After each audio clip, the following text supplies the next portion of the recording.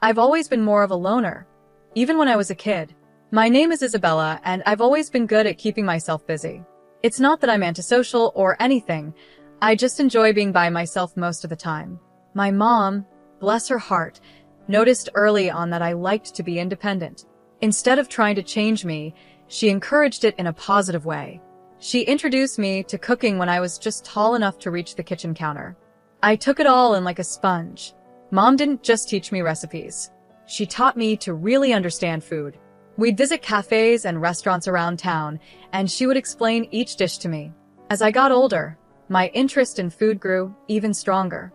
I started reading articles by famous restaurant critics and realized that food was about more than just taste and texture. It was about how it looked and the atmosphere of the place too. One day, I told my mom I wanted to write about food. She looked proud and said, "Then you better learn everything there is to know about it, Emma." So, that's what I did. I enrolled in a culinary school to become an expert in cooking. After graduating, I didn't stop there. I took journalism courses to improve my writing. I wanted to make people feel like they could taste the food just by reading my words. My first job as a restaurant critic was for a small local newspaper.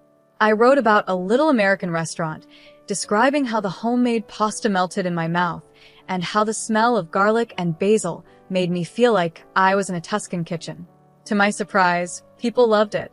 My editor called me the next day and said, "Kid, you've got a gift. Keep this up and you'll go far." That's when I knew I had found my calling. I worked for different newspapers and magazines, gaining a reputation for honest and fun reviews. The big change came when I started my own social media pages.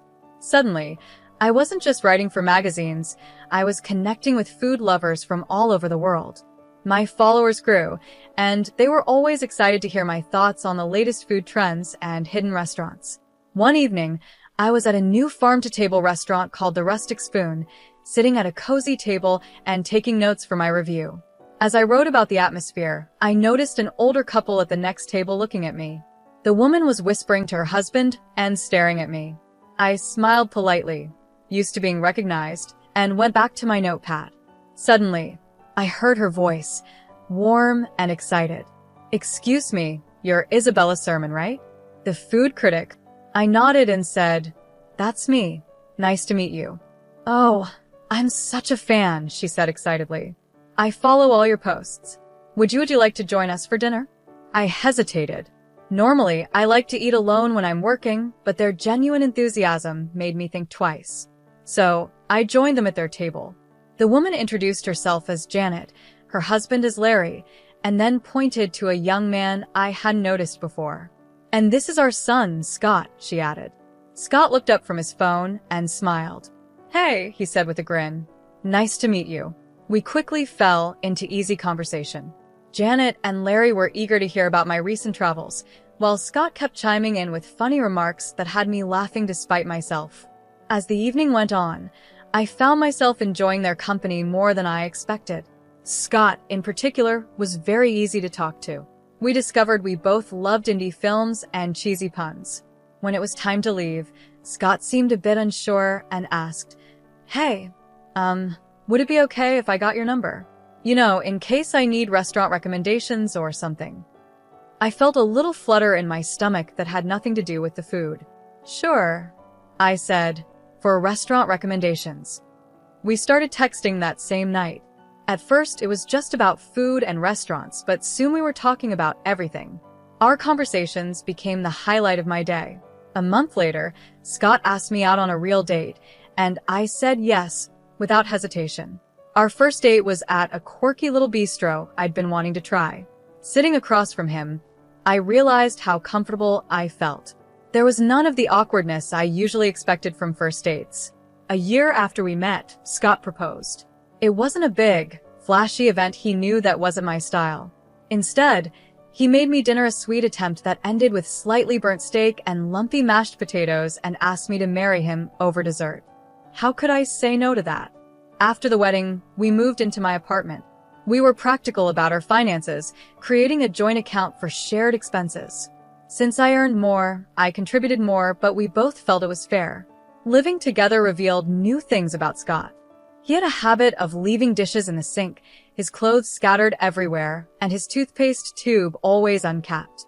Coffee mugs seemed to multiply on every surface.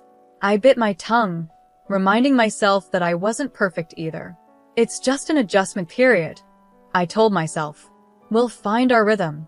And slowly we did. Scott started making more of an effort to clean up, and I learned to relax my standards a bit. It wasn't perfect, but it was ours. 5 months later, it was time for our first vacation together. Standing in the airport with our luggage, I felt a wave of excitement. I turned to Scott, ready to share my joy, but noticed his eyes were fixed on something behind me.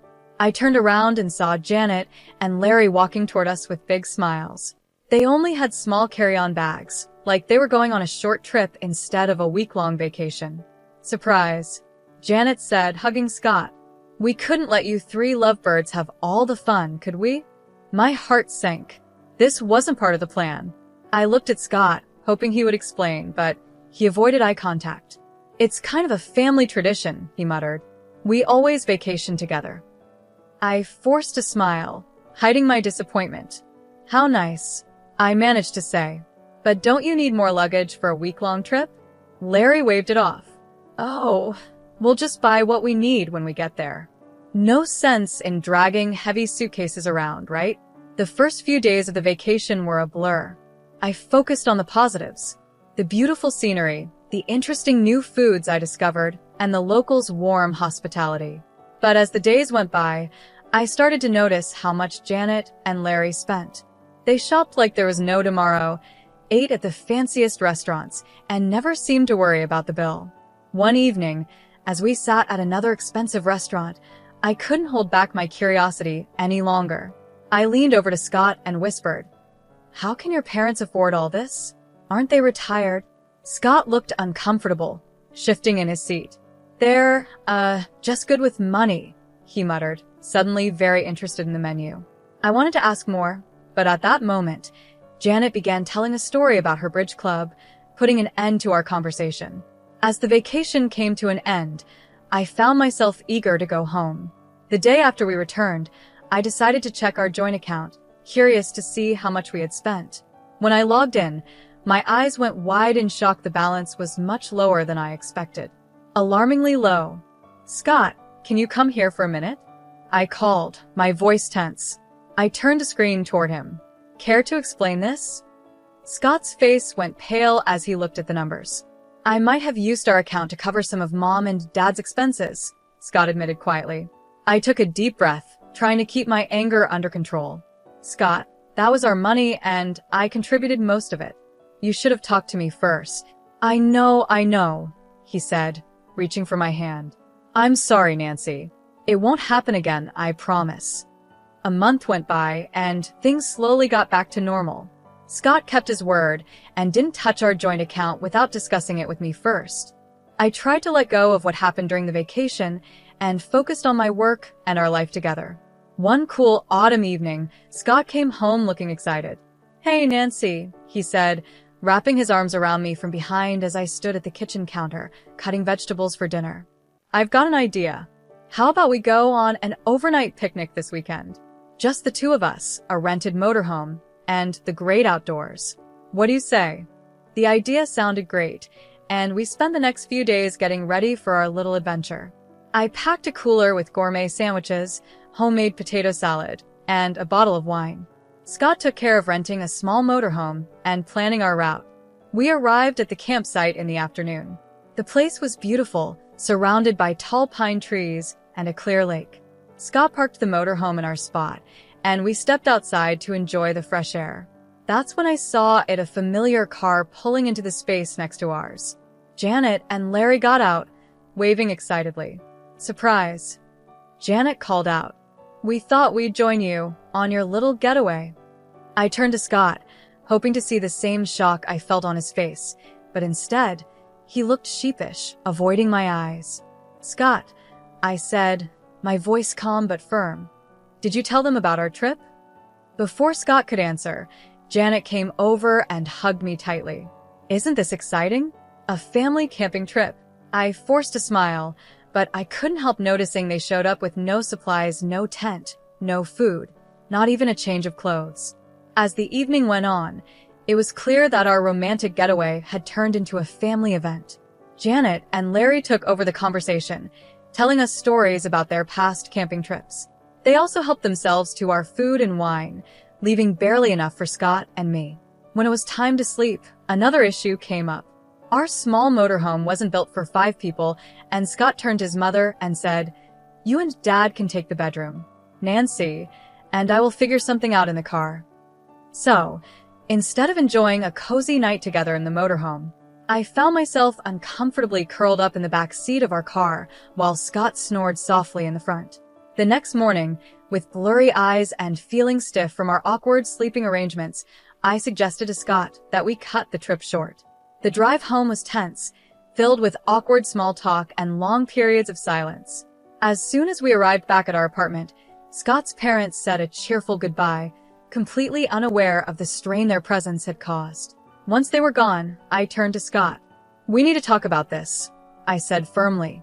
He nodded, looking resigned. "I know. I'm sorry, Nancy. I should have told you they were coming." "It's not just that," I sighed. "It's about boundaries, Scott.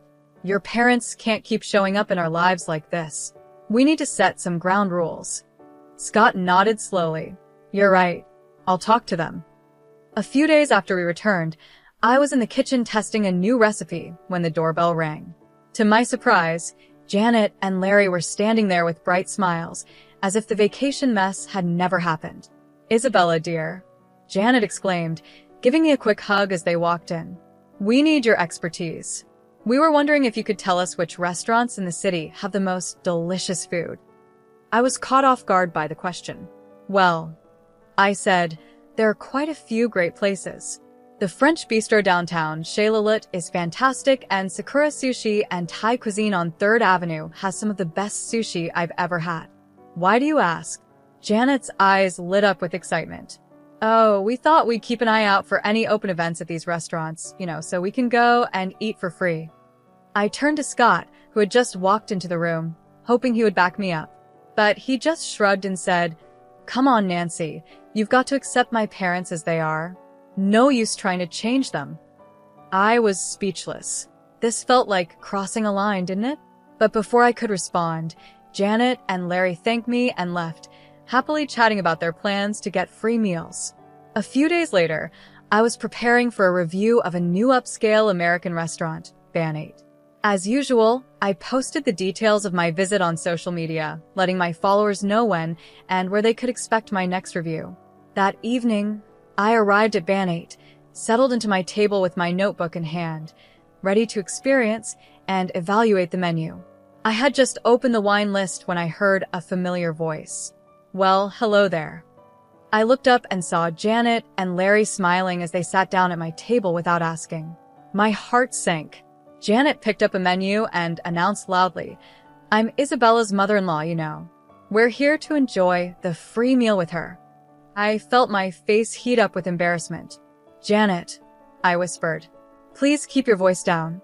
I'm here to work. You can't just show up like this." But Janet wasn't listening. She raised her voice even more. "Oh, don't be silly, dear. Everyone knows food critics eat for free. Why shouldn't your family enjoy the perks too? We have every right to be here." I could feel the eyes of other diners on us, and the head waiter was walking toward our table, looking concerned. This was getting out of control fast. "Janet, Larry," I said firmly but quietly, "this is your last warning. If you don't leave right now, I'll have no choice but to call security. You're interrupting my work and causing a scene." Janet's face twisted with anger. She stood up quickly, her chair scraping against the floor. "Well, I never," she shouted. "Is this how you treat family, Isabella?" As she grabbed her purse, she turned to me one last time, her voice full of disappointment.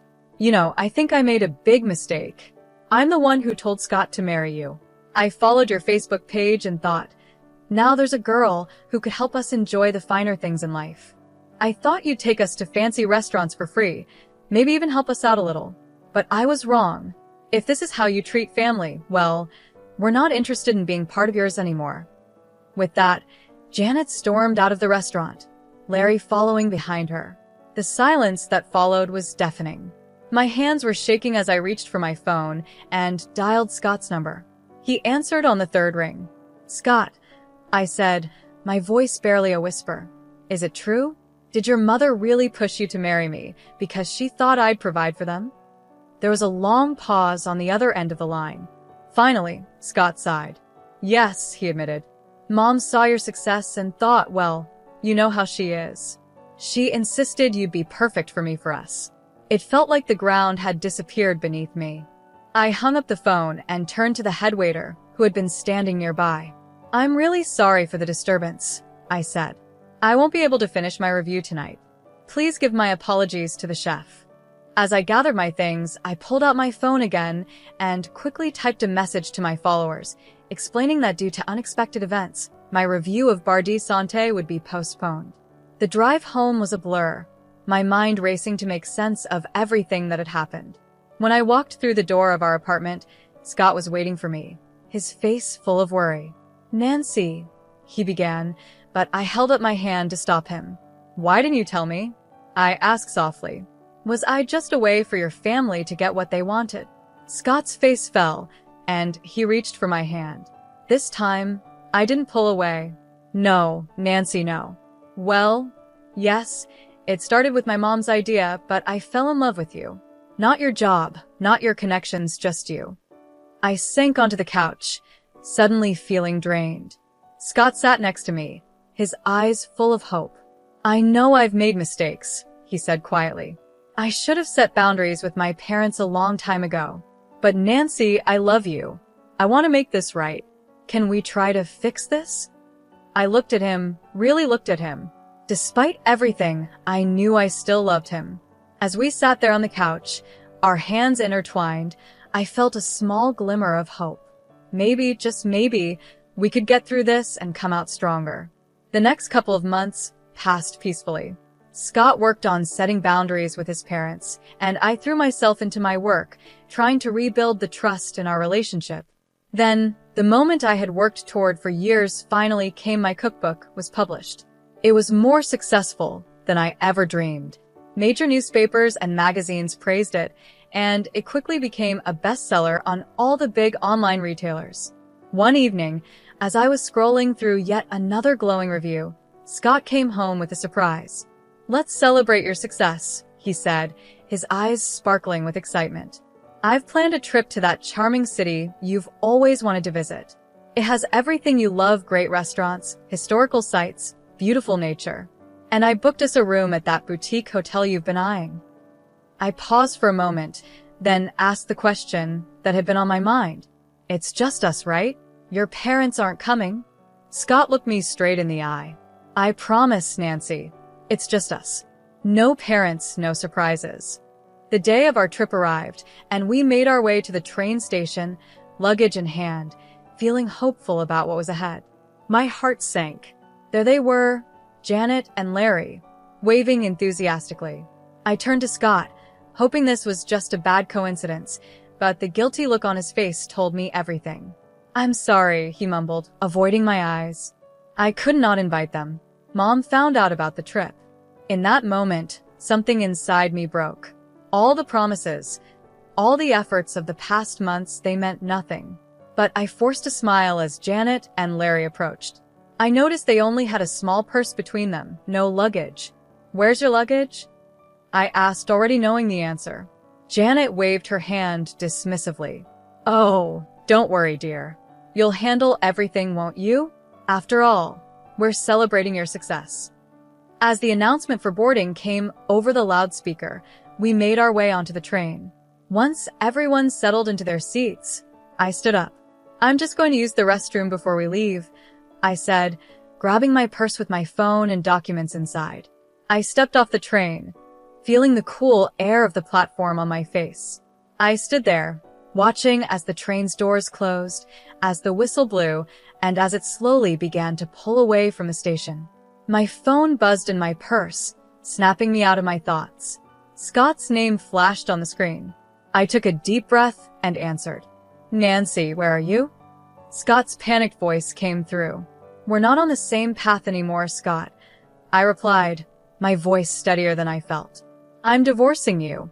I hung up before he could respond. My hand shook as I opened my banking app and blocked Scott's access to our joint account. Barely a minute passed before my phone rang again this time. It was Janet. I held the phone away from my ear as she shouted insults and threats, demanding that I pay for their trip and compensate them for emotional distress. When she finally paused for breath, I spoke calmly. "Janet, I'm not afraid of your threats. If you post any slander, I won't hesitate to take legal action." I blocked her number, then Scott's, and finally Larry's, just to be sure. Taking a deep breath, I called a cab and went home.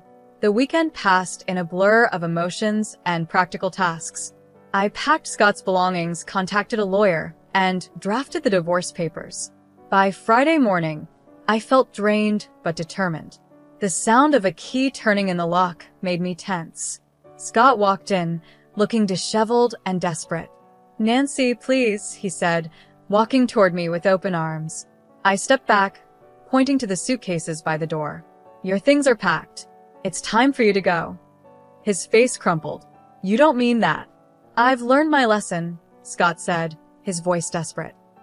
"I had a huge fight with my parents on the trip. I told them I'm not paying for them anymore. I'm not even talking to them now. Please, give me another chance." I shook my head and handed him the divorce papers. "It's too late, Scott. This isn't just about your parents, it's about trust, respect, and the life I want to live. We want different things, and that's okay, but I can't do this anymore." After a long pause, Scott nodded, his shoulders slumping in defeat. He picked up his suitcases and walked out, closing the door behind him with a quiet click. The next few weeks were hard, but they were also freeing. The divorce process went smoothly, thanks to my careful records and Scott's acceptance of the situation. I threw myself into my work, finding comfort in cooking and writing. As things settled down, I found myself alone again, but it wasn't the loneliness I had once feared. I started to enjoy the little things again. Trying new recipes, spending peaceful evenings with a good book, and connecting with my followers without the pressure of anyone's expectations. One evening, I sat on my balcony with a glass of wine, looking out over the city. I couldn't help but smile.